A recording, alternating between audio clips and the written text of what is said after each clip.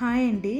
ఈరోజు carrot beetroot palak chapati అండి. దానికి కావాల్సినవి క్యారెట్ బీట్రూట్ పాలకూర శుభ్రం చేసుకొని చిన్న ముక్కలుగా కట్ చేసుకొని పాలక్ అయితే ఆల్రెడీ వాటర్ వేసి ఉడికించుకున్నానండి.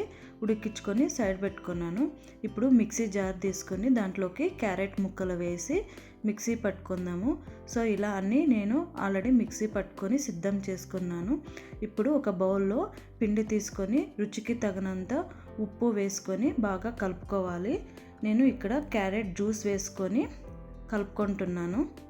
మొత్తం ఇలా కలిపాక వాటర్ మనకి యూజ్ అయితే వేసుకోవాలండి, లేదంటే ఆ క్యారెట్ జ్యూసే సరిపోతుంది మనకి. ఇలా కలుపుకున్న తర్వాత కొద్దిగా ఆయిల్ వేసుకొని బాగా మిక్స్ చేసుకోవాలి. చపాతీ మనము ఎంత ఒత్తుతూ కలుపుతామో అంత మృదువుగా స్మూత్గా ఉంటుందండి చపాతీ అనేది. నేనైతే ఇక్కడ 10 minutes బాగా ఇలా ఒత్తుకుంటూ బాగా కలుపుకుంటున్నాను. చూసారా, ఇలా మెత్తగా ఉంటుంది చపాతీ ముద్ద. ఇలా బాగా మిక్స్ చేసుకోవాలి. అప్పుడే చపాతీ కూల్ అయిన తర్వాత కూడా బాగా మెత్తగా ఉంటుందండి. ఇలా సిద్ధం చేసుకున్న అదే బౌల్లోకి ఇంకొద్దిగా పిండి తీసుకొని రుచికి తగినంత ఉప్పు వేసి బాగా మిక్స్ చేసుకుంటున్నాను. అలానే ఇప్పుడు బీట్రూట్ జ్యూస్ అండి వేసుకొని బాగా మిక్స్ చేసుకొని దీన్ని కూడా అంతేనండి 10 minutes బాగా ఒత్తుతూ కలుపుకొని పెట్టుకున్నాను, సిద్ధం చేసుకున్నా. ఇప్పుడు అదే బౌల్లోకి ఇంకొద్దిగా పిండి వేసి రుచికి తగినంత ఉప్పు వేసి బాగా మిక్స్ చేసుకున్న తర్వాత ఇప్పుడు పాలక్ జ్యూస్ని కూడా వేసుకొని సేమ్ అలానే ముద్దలాగా కలుపుకుంటున్నాను. దీన్ని కూడా ఎంత మనము ఒత్తుతూ కలుపుతామో అప్పుడు చపాతీ అనేది సాఫ్ట్గా ఉంటుంది. చపాతీ అలా బాగా మిక్స్ చేసుకొని కలుపుకుంటే ఇప్పుడు ఇవన్నీ నార్మల్ పిండి కూడా కలుపుకొని పెట్టుకున్నాను. చూసారా, బౌల్లోకి పెట్టుకొని ఇప్పుడు ప్లేట్ మూసి 1/2 hour వదిలేస్తున్నానండి. బాగా మెత్తగా అవుతుంది. చూసారా, 1/2 hour తర్వాత ఇప్పుడు క్యారెట్ ముద్ద తీసుకొని చపాతీ అనేది పల్చగా ఒత్తుకోవాలి.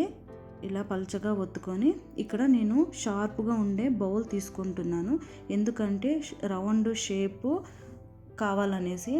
ఆల్రెడీ రౌండ్గా తిక్కే వాళ్ళకైతే ఓకే అండి, రాని వాళ్ళైతే ఇలా ట్రై చేయండి. ఇలా పల్చగా రుద్దుకున్న తర్వాత ఇలా షార్ప్ బౌల్ తీసుకొని దాని మీద పెట్టి మనము ప్రెస్ చేసామంటే ఆ ఎక్స్ట్రా పిండి అనేది సైడ్కి వచ్చేస్తుందండి. చూసారు కదా, ఈ సైడ్ అంచులు అనేది ఇప్పుడు తీసేద్దాము. చూసారు కదా, రౌండ్ షేపు ఎంత పర్ఫెక్ట్గా వచ్చిందో. రాని వాళ్ళు ఇలా ట్రై చేయండి. వచ్చిన వాళ్ళైతే పర్లేదండి, రాని వాళ్ళు ఇలా ట్రై చేస్తే రౌండ్గా చాలా బాగుంటుంది చూడడానికి. చూసారా, ఇలా పల్చగా రుద్దుకోవాలి. ఎంత పల్చగా రుద్దుకుంటే చపాతీ అనేది తినడానికి చాలా బాగుంటుంది. అలానే ఇప్పుడు బీట్రూట్ది కూడా పాలక్ కూడా నార్మల్ చపాతీ కూడా రుద్దుకున్న ఇలా అన్నీ ప్లేట్లో సిద్ధం చేసుకున్నానండి. చపాతీ మొత్తం అన్ని ఇలా రుద్దుకొని ఇప్పుడు వెలిగించి ప్యాన్ పెట్టుకున్నామండి. ప్యాన్ నాకు హీట్ అయింది. ఇప్పుడు పాలక్ చపాతీ వేసుకొని కాలినాక టర్న్ చేసుకోవాలి. ఇప్పుడు కింద కూడా కాలినాక టర్న్ చేసుకొని ఒక 1/2 teaspoon ఆయిల్ వేసుకొని ఇలా బాగా స్ప్రెడ్ చేసుకోవాలి. తర్వాత టర్న్ చేసి 1/2 teaspoon ఆయిల్ వేసి స్ప్రెడ్ చేసుకోవాలి. చపాతీ అనేది ఈవెన్గా కాల్చుకోవాలండి. కాల్చుకొని సైడ్కి పెట్టుకుంటున్నా. ఇప్పుడు క్యారెట్ చపాతీ కూడా వేసి సేమ్ 1/2 teaspoon ఆయిల్ వేసుకొని అటు ఇటు స్ప్రెడ్ చేసుకొని బాగా కాల్చుకుంటున్నా. ఈవెన్గా కాల్చుకుంటే చపాతీ అనేది బాగుంటుందండి తినడానికి. చూసారు కదా, ఇలా ఇప్పుడు బీట్రూట్ చపాతీ కూడా వేసి సేమ్ అలానే కాల్చుకుంటున్నా అండి. ఇలా పిల్లలకి కలర్ఫుల్గా చేశారంటే ఇష్టంగా తింటారు పిల్లలు. మనమైతే కర్రీస్ అలా చేసామంటే తినరు కదా. ఇలా చపాతీలోకి మిక్స్ చేస్తే వాళ్ళకి కలర్ఫుల్గా ఉంటే ఇష్టంగా తింటారు. మీరు కూడా ట్రై చేయండి. ట్రై చేసి ఎలా వచ్చిందో కామెంట్ బాక్స్లో కామెంట్ చేయండి.